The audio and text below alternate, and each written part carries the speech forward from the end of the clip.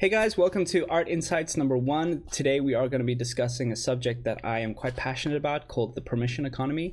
For some of you, you may never have thought about this before, and it's something that I've kind of arrived to through various areas in my life of hearing about similar ideas, but now starting to apply it a little bit more to our field in art for entertainment. So what is the permission economy? Well, the permission economy is the evolving nature of excellence in any particular field due to the pushing of previously held records.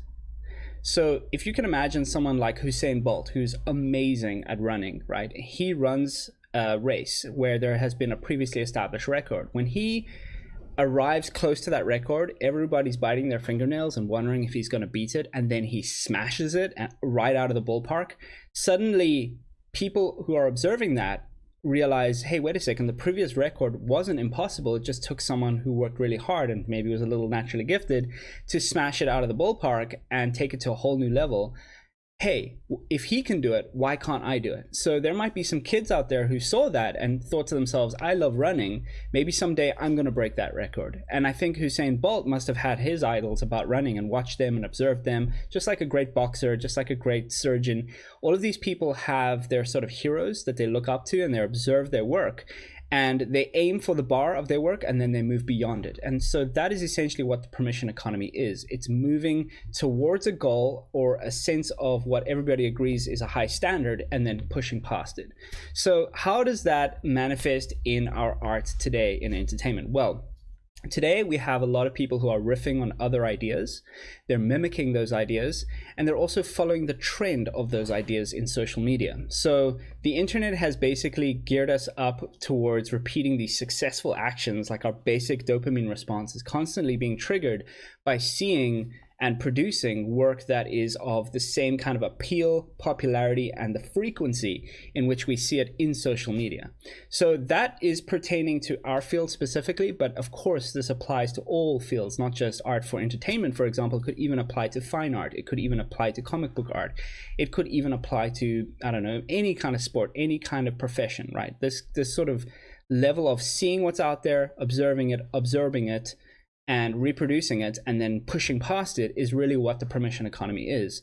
Now, my wife has this amazing way of looking at this. She calls it the permission slip. In her own coaching, she says to people, you know, once you see that something is possible, you're able to use this permission slip and apply it to your work. So I want to talk a little bit with you guys about some of the things I've listed here in terms of what are the benefits and what are the drawbacks of the permission economy. So let's jump into a little bit of the benefits.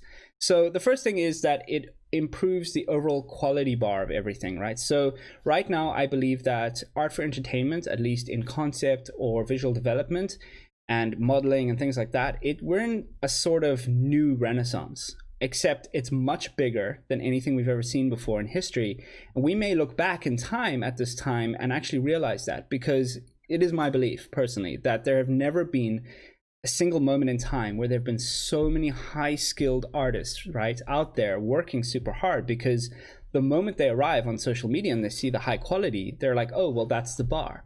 It's like, that's where I'm aiming. That's where I'm moving towards. And when they get there, they're like, oh, it was no big deal. I just did what that guy did, right? And then he did that too. So a whole bunch of us are doing it. Therefore, it's super possible.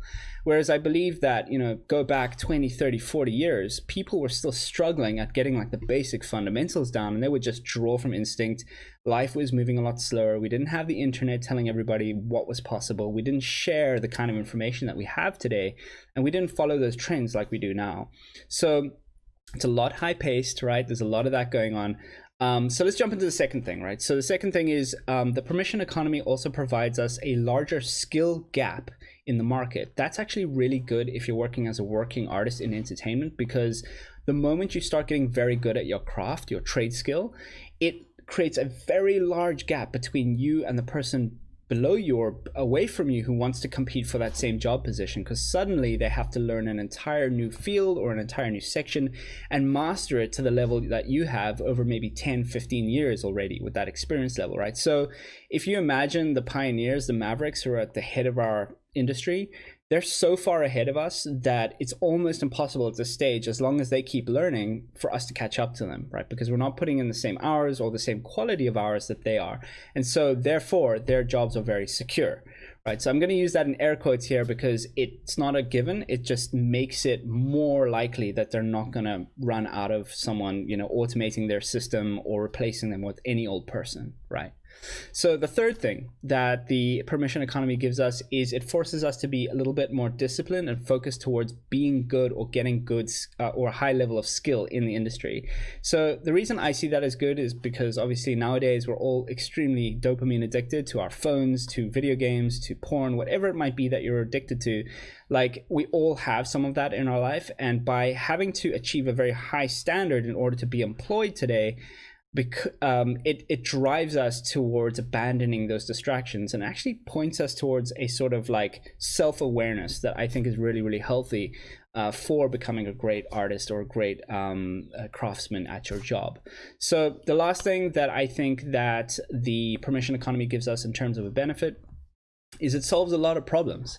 If you think about new tech and innovative approaches, like, we're constantly pushing the bar on what's possible. Like 20, 30 years ago, when we saw, you know, Blade Runner or something like that, we would think, oh man, it was so hard for those guys to like pull that environment out of nowhere and kind of set it up the right way and have it arrive on time for production, all that stuff. Today, we have so many tools to help us get just the right vision that we're looking for, where it's actually become a little bit easier once you get to that top level of skill to start producing this incredible artwork. And it also becomes a little bit easier for people at the bottom to start producing higher quality artwork, because not only is there the permission economy, but new technology and innovation on all of this has sort of slicked that road for us to kind of slide down, right? So let's jump into some of the negative things that I think are kind of coming out of the permission economy. So we can see these as sort of downsides, really. So there are harder barriers now for entry into junior and internship positions. And this kind of ties in with another point I had here as a negative, which is we're in a buyer's market in the entertainment industry where there are less companies and jobs than there are artists, because it's really, really thick at the bottom, full of artists. Those artists have to reach a very high skill caliber because there's a limitation of jobs. So in a buyer's market, those people tend to say, we need you to catch up with this bar of quality.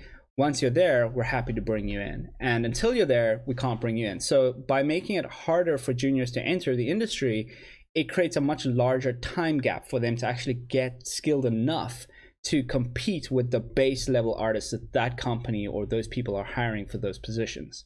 So that's a negative side of it. You know, it's actually added more time to our studies in a way.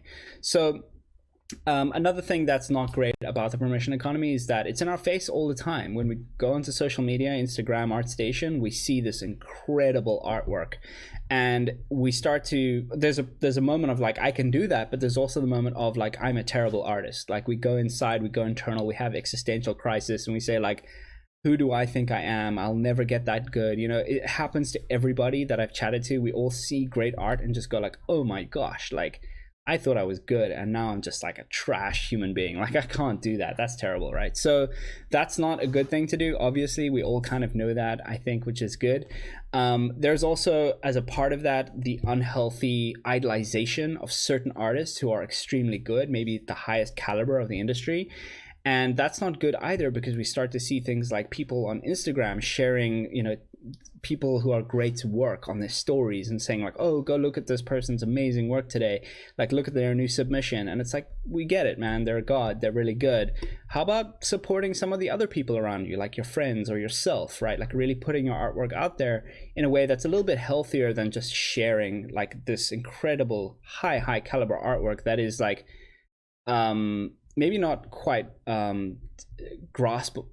you can't quite grasp it, right? You can't quite get there with your skill level right now. So the last thing really here is that it creates a false expectation of what art can be. So what does that mean? That means that when everything looks the same, nothing is driven by a natural artistic style from an artist, or it doesn't have enough innovation on the design process itself. So for example, if you go to the trending page on, say, ArtStation or something, I would bet that at least 80% of what you see there isn't really high design. It's actually just beautiful to look at.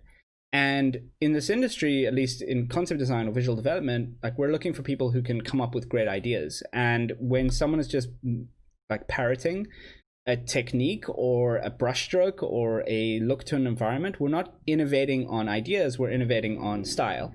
And that's a problem with the permission economy, is that we're getting bombarded with style the whole time. And we think, oh, if I can get that, I'll be employable or I'll be a valuable person. Not necessarily true. I think that you need both, actually, to be pretty successful. So hope that makes sense to you guys. I think that the permission economy is a super fascinating subject. It's not going anywhere. It's a constant that is living around us, and it kind of is giving various people permission slips to be great, myself included. When I look at something amazing, I'm always inspired to kind of move towards it. And the other thing is that it's almost like the ultimate meta game for our industry. So the interesting thing about the permission economy is that when you can start to see the code, like the matrix, you can start to see the submissions that are all starting to be sort of the same. You can start to say like, well, people like that. What can I take that people like and also put a twist on it and actually make it my own, or push it in a direction that I feel really strongly about, design-wise or narrative-wise or something like that.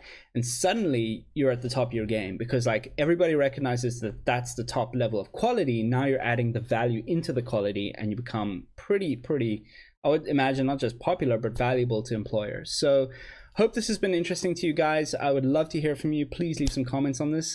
This is something I'm trying out now with this new format. And if you like it, please hit the like button, consider subscribing to the channel, and I'll check you guys in the next one.